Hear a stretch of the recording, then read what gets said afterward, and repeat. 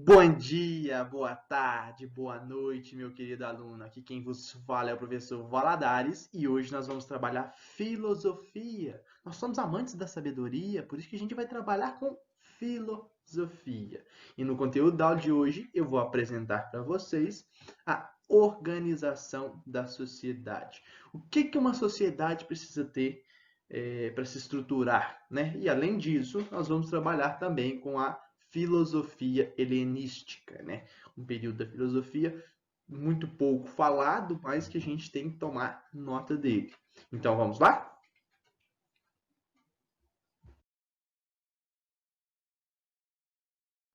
Como eu já disse a vocês, meus alunos, na primeira parte da aula a gente vai trabalhar com esses dois conceitos que são fundamentais na análise filosófica, né? São conceitos imprescindíveis para qualquer pessoa que quer iniciar, fazer uma prova de vestibular, que quer prestar a prova do Enem, né?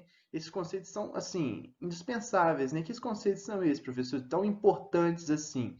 Esses conceitos são exatamente o conceito de ética e o conceito de moral. Esses dois terminhos que muito se fala e muito se confunde também, né?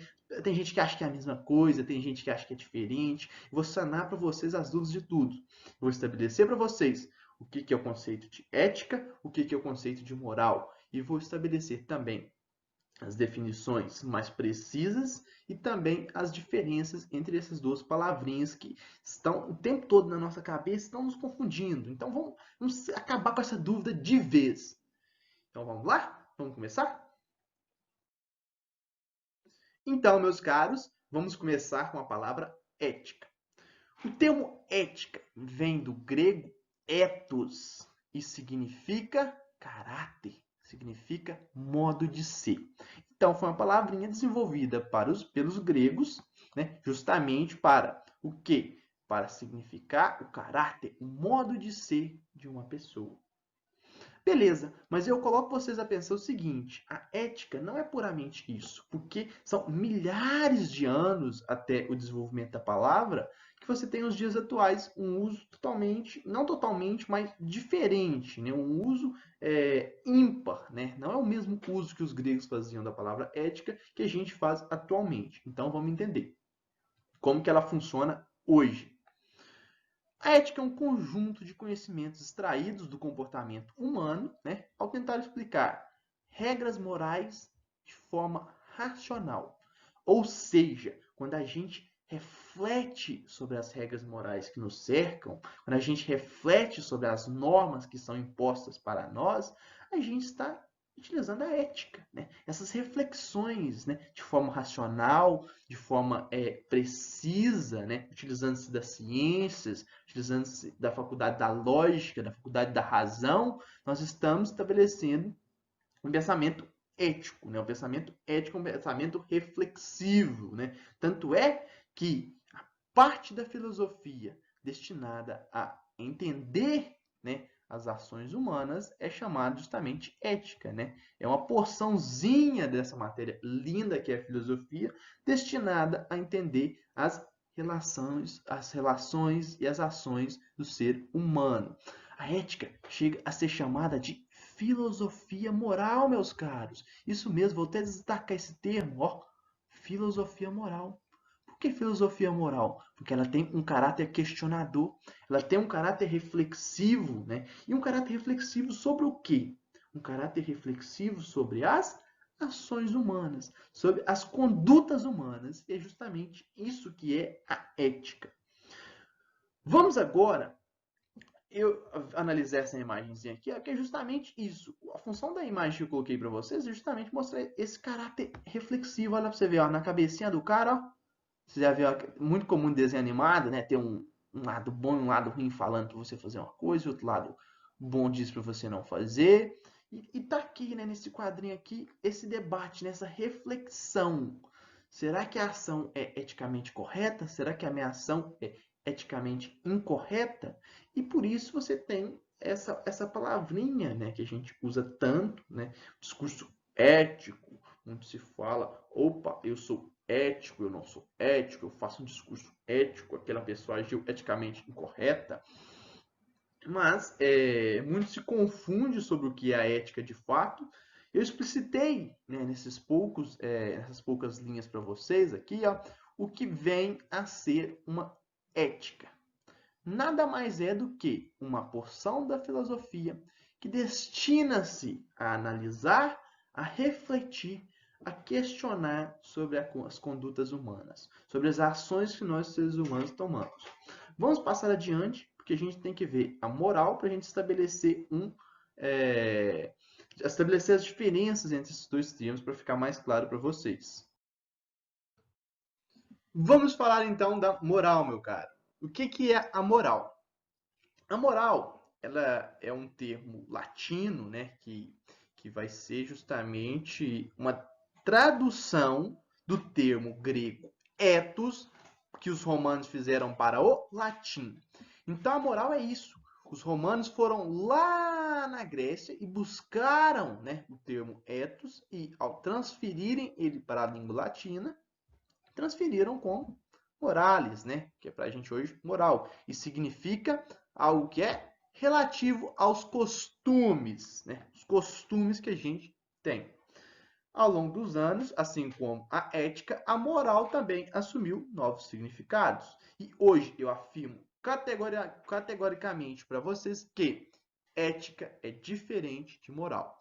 Vamos ver a definição de moral para a gente entender isso. Primeiro, moral é o conjunto das regras aplicadas no cotidiano e usadas continuamente por cada cidadão.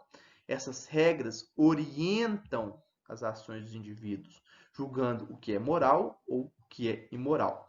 Então, vocês perceberam que a moral ela tem um caráter normativo, né? Tem esse caráter normativo, tem essa questão de ser regra, né? De ser uma forma de conduta, né? Uma imposição que é feita a nós, né? Quando você nasce e você cresce, você vai sofrendo uma série de imposições pelo seu grupo familiar, pela escola, né? Pela sua religião.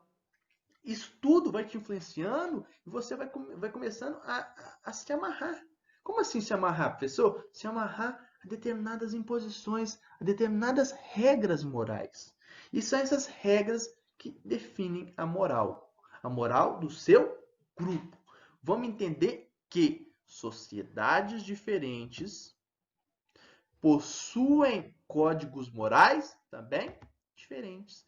Essa frase é fundamental para você entender o que é a moral e ver a diferença da ética. A moral, ela não é a mesma de uma sociedade, tanto no passado ou no presente, tanto no lugar que ela está situada e em outros lugares. Né? A moral, ela varia tanto no tempo quanto no espaço. Por exemplo, nossa sociedade brasileira não possui o mesmo código moral, né, de hoje, não era igual ao dos seus avós, dos seus pais, indo mais recentemente. Uma hora bata um papo com seus pais ou com seus avós para você ver como que era a vida deles, o dia a dia, né? Como que eram aquelas regras cotidianas que eles tinham que fazer. Vocês vão rir e vão aprender também. Outro exemplo, a moral que a gente tem aqui no Brasil não é a mesma moral que o pessoal tem lá no Afeganistão. Diferente, porque são sociedades diferentes. A gente institui normas diferentes, a gente está sob normas diferentes. Né? Algo que pode ser considerado normal aqui no Brasil é considerado errado em algum paísinho lá do mundo árabe, algum país no mundo árabe. Né? E a gente não pode depreciar, a gente tem que respeitar. Trabalhando a imagem que eu trouxe para vocês aqui, olha para você ver que choque de cultura, que choque de códigos morais. Provavelmente essa moça não é do mesmo grupo cultural do que essas duas pessoas aqui, dessas duas moças aqui, ó. Com certeza não são, porque olha para você ver, olha as vestimentas, a alimentação, o jeito de ser, né? Os costumes são diferentes, porque são culturas totalmente diferentes. Você vê regras diferentes, né? Nunca se imaginaria, né? Essas mulheres aqui, ó, essas mulheres, estou dizendo que são árabes pela vestimenta, mas podem não ser, né? Não vão julgar, mas é o que nos parece. Imagine se elas poderiam andar como essa terceira mulher aqui, ó. Você acha que poderia? Lógico que não, porque a cultura deles é diferente, o seu código moral é diferente. Para elas, para essas duas mulheres aqui, ó, que estão usando burca, Isso é errado, isso é moralmente inaceitável. Já da mesma forma que essa mulher que está de vestido, ela não consegue compreender, né? Vamos dizer assim, ela não consegue ver como moralmente correto essas duas mulheres que usam burca, né? E pelo sol que você está vendo, deve estar fazendo bastante calor lá, né? Na situação cultural, a gente tem que compreender isso. É uma questão moral diferente. Culturas diferentes têm códigos morais diferentes. Coloque isso na sua cabeça, aluno. O Enem sempre trabalha nessa perspectiva. Não é para filosofia apenas. Em qualquer questão do Enem, você vai ver uma alternativa que vai depreciar uma cultura, vai colocar uma cultura como superior à outra. Essa alternativa está totalmente equivocada. O Enem não trabalha dessa forma. O Enem trabalha valorizando todos os tipos de cultura. E a maioria dos vestibulares também segue essa linha, porque é o correto se fazer. A gente não pode julgar a cultura do outro baseado nos nossos códigos morais, né? Então, voltando para a nossa aula aqui, né? Depois desse toquezinho que eu dei a vocês, vocês têm que entender o seguinte: a ética traz uma reflexão acerca, né, da conduta moral imposta a nós pela nossa sociedade. Esse é o X da questão, essa é a grande diferença, essa é a grande sacada de ética e moral. Que ética faz a reflexão, faz o questionamento de determinada ação, né, que pode ser moralmente aceita em um lugar, moralmente aceita, não aceita em outro, e assim por diante. Aqui no quadrinho amarelo eu trouxe para vocês a concepção mínima de moralidade. Esse fragmento eu retirei essa ideia, né? Eu retirei de um livro que muito interessante, né? De um eticista, né? Um filósofo especializado em ética, norte-americano chamado James Rachels, né? O livro dele chama Elementos da Filosofia Moral. E aqui ele está querendo definir o quê? Uma concepção mínima de moralidade. O básico que eu tenho que ter para me poder refletir sobre a minha ação. Se a minha ação é moralmente correta ou não. Se ela é eticamente correta ou não, para ser mais preciso. O que vem a ser a concepção mínima de moralidade? Fazer aquilo que tem as melhores razões para fazer, levando em conta o que? Ao mesmo tempo, dando peso igual aos interesses de cada indivíduo afetado pela sua ação. Ou seja, você busca na concepção mínima de moralidade, ao mesmo tempo, imparcialidade e também, além da imparcialidade, você busca o quê? Você busca as melhores razões morais para fazer alguma coisa, né? Então, se você não quer ser refém de códigos morais, né? Você não quer ser um escravo de códigos morais, você trabalha com concepção mínima de moralidade, que seria o aspecto mais básico, né? Que não infringe uma cultura, que não infringe ninguém, né? O fato é você escolher aquilo que você acha certo, de acordo com as melhores razões que você vai ter para fazer isso, colocar na balancinha lá os prós e os contras e pesar isso de forma igual, né? Então, a concepção de mínimo de moralidade é isso. Tendo isso em vista, eu acho que ficou claro para vocês a diferença de ética e moral e o que cada uma significa, né? Vocês já estão com tudo em cima para aceitar uma questão referente à ética ou à moral em uma prova de vestibular, numa prova de Enem. Então, sobre moral e ética, é isso aí.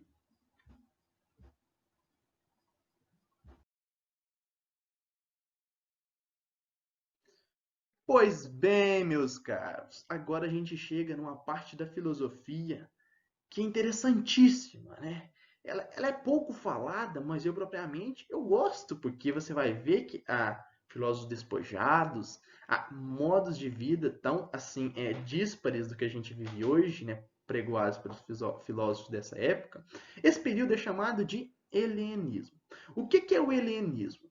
Na Grécia Antiga, quando a gente estuda a Grécia Antiga, lá faz um estudo histórico dela, a Grécia Antiga se divide por períodos, né? Tem o período pré-homérico, período homérico, período arcaico, período clássico e, por fim, o período helenístico.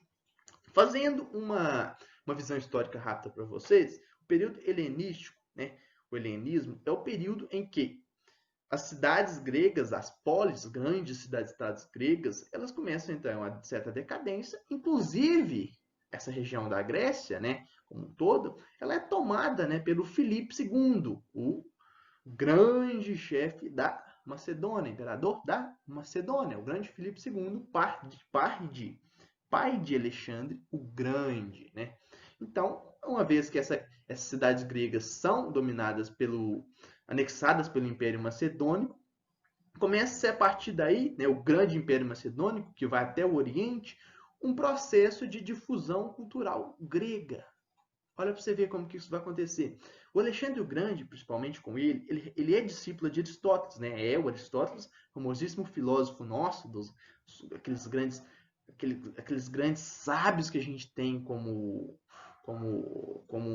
na linha de raciocínio, né? Você tem ali Sócrates, Platão e Aristóteles. O Aristóteles ele foi professor do Alexandre o Grande. E o Alexandre o Grande, muito encantado com a cultura grega, ele dissemina a cultura grega agora que os gregos foram anexados ao grande império babilônico por todo esse império, né? Babilônico, macedônico, pelo amor de Deus, né? Então eles disseminam toda a cultura grega pelo grande império macedônico e começam a fazer o quê? A ver umas miscigenações culturais, porque você reúne esse império macedônico, tantos gregos e uma série de outros povos distintos, né? Do Oriente, né? Você está misturando, fazendo uma misturebazinha assim, uma misturebazinha ali, e valorizando muito a cultura grega, né? Sobre as outras, tanto é que os termos gregos, né? A língua grega, né? Ela é espalhada, né? E não é para esse período é chamado, né, como eu já disse a vocês, de helenismo. E o helenismo do Alexandre o Grande, os filósofos, vocês vão ver que eles vão ter uma preocupação um pouco diferente do que era até então. Né? A filosofia helenística, os pensadores desse período, né, que a gente vai estudar, eles não estavam mais tão preocupados com a questão da política, né, como eram os grandes filósofos lá, Sócrates, Platão, Aristóteles, não tem mais essa grande preocupação. Eles estão preocupados em ter uma vida boa, atingir uma coisa chamada de ataraxia. O que é ataraxia? Ataraxia é a paz espiritual, é a tranquilidade espiritual que esses filósofos agora do período helenístico querem atingir.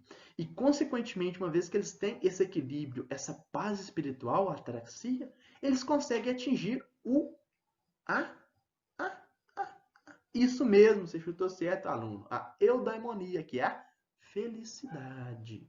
Você chutou muito bem, hein? Garoto, você tá invocado, você vai fechar a prova do Enem, desse jeito, vai gabaritar tudo.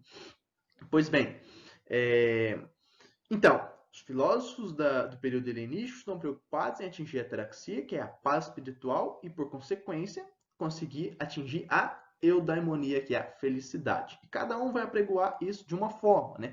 Você vai ter o Epicuro com o seu epicurismo, né? Filosofia do grande jardim, porque eles se reuniam em jardins, né? Para ter as suas aulas. Você vai ter o estoicismo, né? Filosofia estoica, né? Você vai ter o ceticismo. Quem não ouviu falar do ceticismo? Opa! E também o cinismo.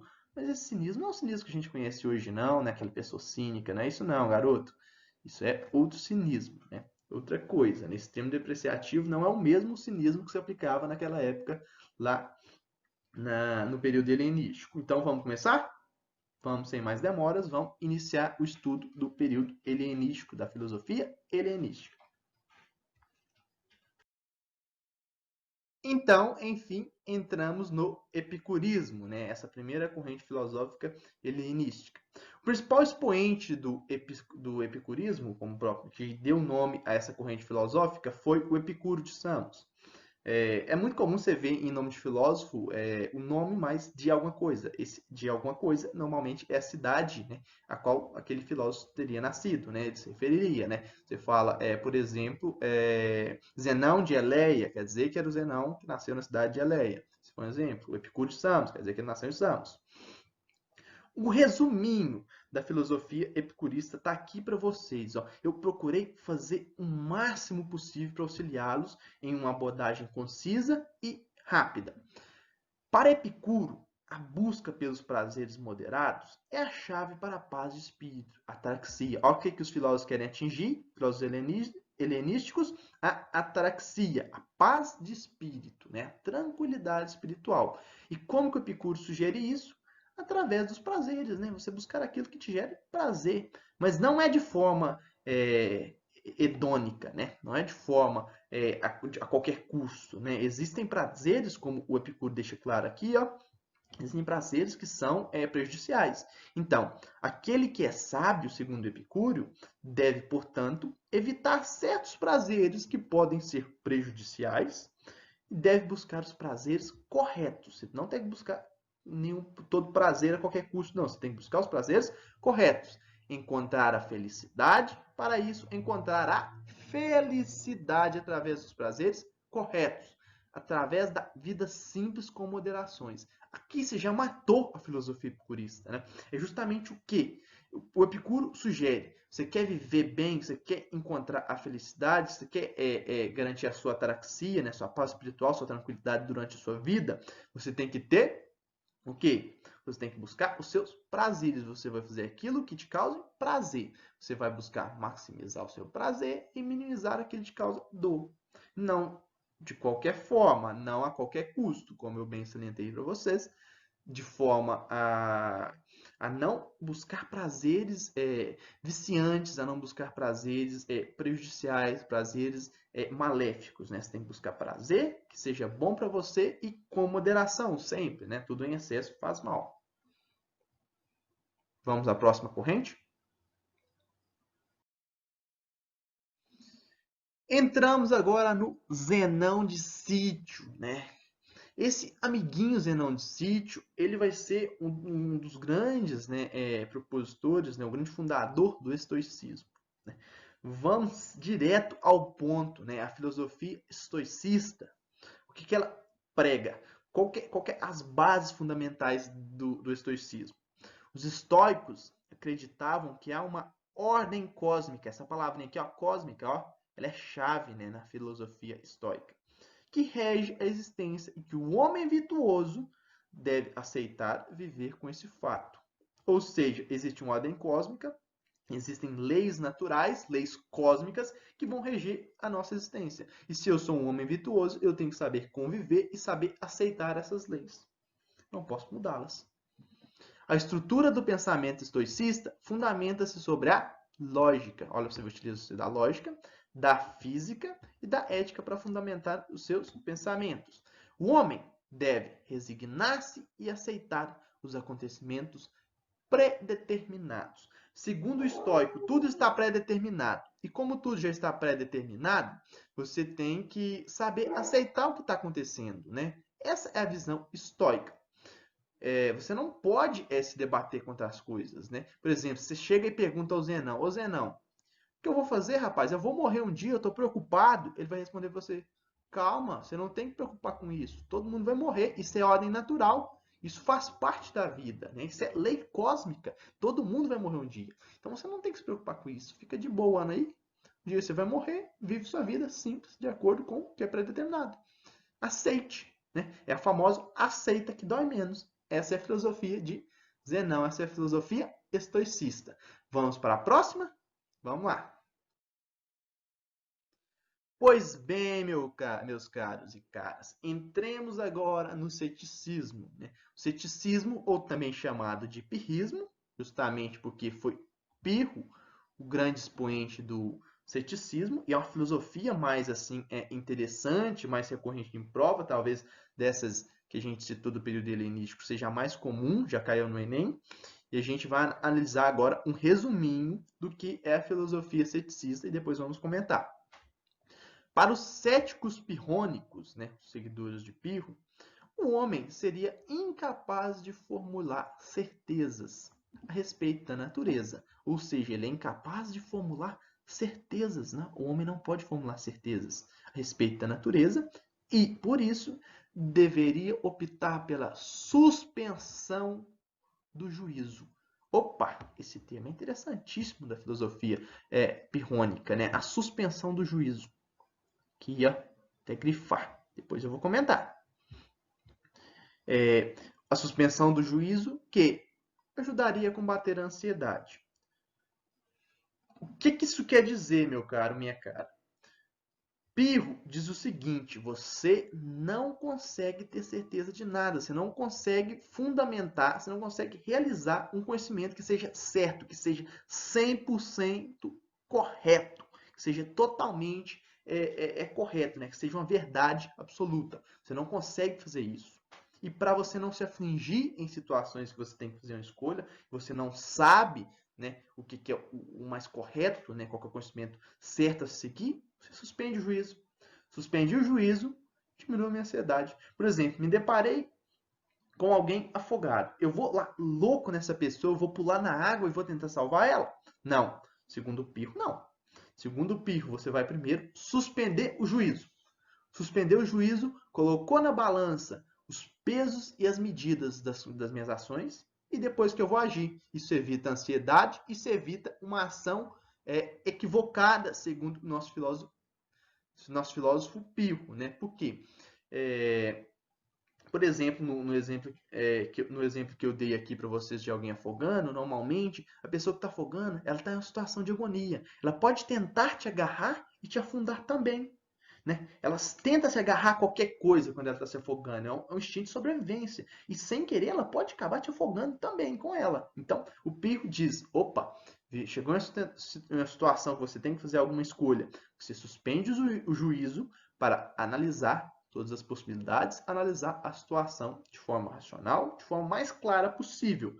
Isso evita a ansiedade, né? De fato, né, meu querido Pirro? Mas a situação momentânea é tão calorosa, né? O calor do momento, o famoso calor do momento, a gente tem que pesar isso também, né? Não dá tempo sempre de pensar em suspender o juízo. Mas vamos lá, é isso que Pirro falava. Houve outra vertente dessa escola chamada de ceticismo acadêmico, a qual acreditava que os sentidos eles são falhos e incapazes de proporcionar um tipo de conhecimento seguro. É justamente esse ceticismo acadêmico que normalmente cai em prova. Ó. Olha para você ver. Tem um cético muito comum nas provas de vestibulares e do próprio Enem, que é vocês já ouviram, se não ouviram falar dele, com certeza vão ouvir, se estiverem seguindo uma ordem cronológica da filosofia, que é o nosso queridíssimo David Hume, né? Esse cara, ele cai direto e reto no Enem. Então, quando chegar nesse cara, vocês ficam espertos e com o ceticismo de Hume. Vocês ficam espertos com essa matéria, que essa matéria cai em prova. Se viu uma questão de ceticismo lá, suspende o juízo. Né? Pensa racionalmente, escolhe alternativa por alternativa. Né? Sejamos céticos, né, nesse ponto. E o ceticismo acadêmico diz exatamente isso. Se ele cair na sua prova, ele vai estar a definição dele lá. Né? Qual é a definição do ceticismo acadêmico? É justamente o quê? Dizer que os nossos sentidos, né? Quais são os nossos sentidos? Visão, o olfato, o paladar, a audição, o tato. Dizer que esse sentido, eles nos enganam. A gente não pode confiar neles, né, para elaborar um conhecimento seguro. Então, é isso. Ser cético no sentido filosófico é justamente isso. Não acreditar que os nossos sentidos sejam capazes de formular um conhecimento seguro. Para os céticos, a gente não é capaz de formular esse conhecimento seguro, essa verdade, né? Então, tá isso aí, ó. Aqui o nosso queridíssimo Pirro, né, tomando o seu banho de sol matutino, curtindo aí a vida, né? E desacreditando nos seus sentidos, né? Vamos ao próximo e último grupo da filosofia helenística. Vamos lá? Chegamos agora ao nosso último grupo, né? Na última corrente, né, filosófica helenística, que é o cinismo. Quando a gente vê o cinismo, a gente tem que pensar o seguinte. O cinismo aqui ele não era empregado com o mesmo sentido depreciativo da palavra cínico. As palavras cínico, né, tem hoje, né, não é a mesma coisa, era outro sentido. O principal expoente do cinismo é essa figuraça aqui, ó. Essa figura que é sensacional, né? É um ícone. Eu sou fã desse cara, o famosíssimo Diógenes, né? Eu sou fã desse cara. Esse cara é a lenda, o Diógenes, né? E vamos ver por que ele é a lenda. O resumo do cinismo é esse aqui. Diógenes era conhecido nas ruas de Atena como o cão. Isso mesmo, né? Olha como que ele era chamado, como o cão, porque ele vivia por aí, ele era do tempo, né? Ele era que nem o Zeca Pagodinho. Deixa a vida me levar, vida leva eu. Esse era o nosso querido Diógenes. Ele vivia dessa forma lá em Atenas, de boa. E curiosidade para vocês, ele vivia em um barril, nu em um barril. Ele era tipo um Chaves, né, da filosofia. Era o nosso amigo Diógenes, ele era o Chaves da filosofia. É, ele levava uma vida despojada, tá aqui, simples, sem se importar com qualquer tipo de convenção social. Ele não se importava com as convenções sociais vigentes, não se importava com as leis da polis, ele não se importava com as regras que ele tinha que seguir, ele não estava nem aí para isso, né? Por quê? Porque o filósofo, né, ele se recusava, né, se recusava e combatia. Combatia a fama, combatia o dinheiro, a acumulação de dinheiro, a acumulação de bens materiais, ele combatia tudo isso, né? Pois, para ele, nenhum desses elementos poderia proporcionar a felicidade. Olha que profundo! Nenhum desses elementos, riqueza material nenhuma para Diógenes, fama nenhuma poderia proporcionar a ele a verdadeira felicidade. Olha para você ver que cara massa, né? Ele era um Chaves filósofo e um Chaves antenadíssimo, né? Isso aí, Diógenes. Por isso que eu sou seu fã. E tá aqui ele, ó. Olha o Diógenes aqui, ó. Ele aqui, ó, peladão, lá no barril, tranquilo da vida. Adivinhem quem é essa figura aqui, ó. Adivinhem quem é essa figura aqui, ó. É ele, o grande. Isso mesmo, aluno. Você falou o grande? É ele mesmo, Alexandre o Grande, gigante imperador da Macedônia. Tem uma historinha, né, que o pessoal conta, né, que em Minas Gerais a gente costuma falar que é um caos, né, sobre o Diógenes de Alexandre o Grande. E é justamente o que está retratado nessa imagem. Certa vez, o Alexandre o Grande, né, estava aí, de boa, curtindo a vida, e ficou sabendo que o George estava ali em Atenas. Ele estava lá, tranquilo. E o Alexandre o Grande, ele foi ver o que estava acontecendo com o nosso querido amigo Diógenes, porque o Diógenes ele era sábio, ele não tinha apego material, ele era um cara que estava em outro plano, ele não tem nenhum apego material, o negócio dele é viver e buscar felicidade na sua vidinha por aí, né? Ele é o cão.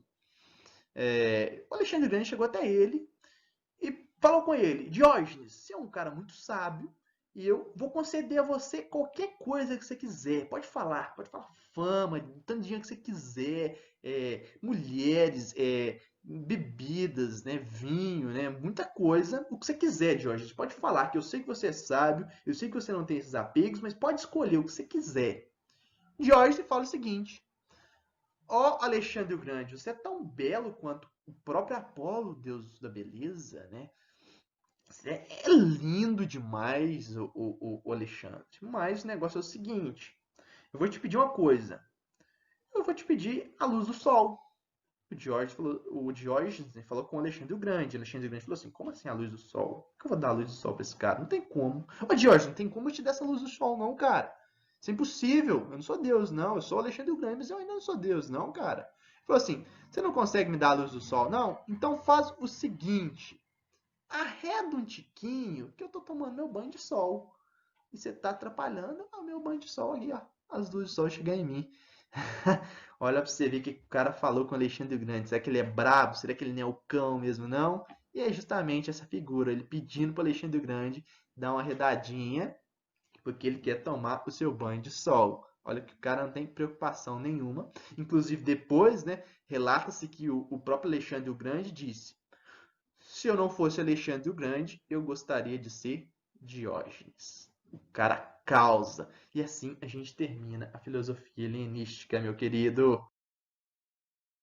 Aqui, como sempre, né, de costume, né, dando crédito a quem merece, né, não querendo roubar nem plagiar informação de ninguém, nem imagem de ninguém, eu ofereço a vocês a bibliografia completa que eu utilizei para pesquisar. Se vocês querem aprofundar seus estudos sobre o período helenístico ou sobre ética e moral, né, na organização da sociedade, está aqui a bibliografia. Querem aprofundar? Aprofundem. Se não, eu acho que está de bom tamanho para vocês fazerem uma prova de vestibular, uma prova de Enem com isso. Aqui eu deixei nossos amigos que Minions dizendo tchau e se cuida, né? A gente vive tempos difíceis aí, então se cuida, meu caro. Nesta aula e espero encontrá-los, né, em próximos encontros, né? Espero vê-los novamente em outras aulas, talvez em outras matérias, e é uma coisa que o futuro nos revelará, né? Então, um abraço e, como sempre, estudem, se dediquem, vocês vão conseguir entrar na sua tão sonhada universidade. Tchau, tchau!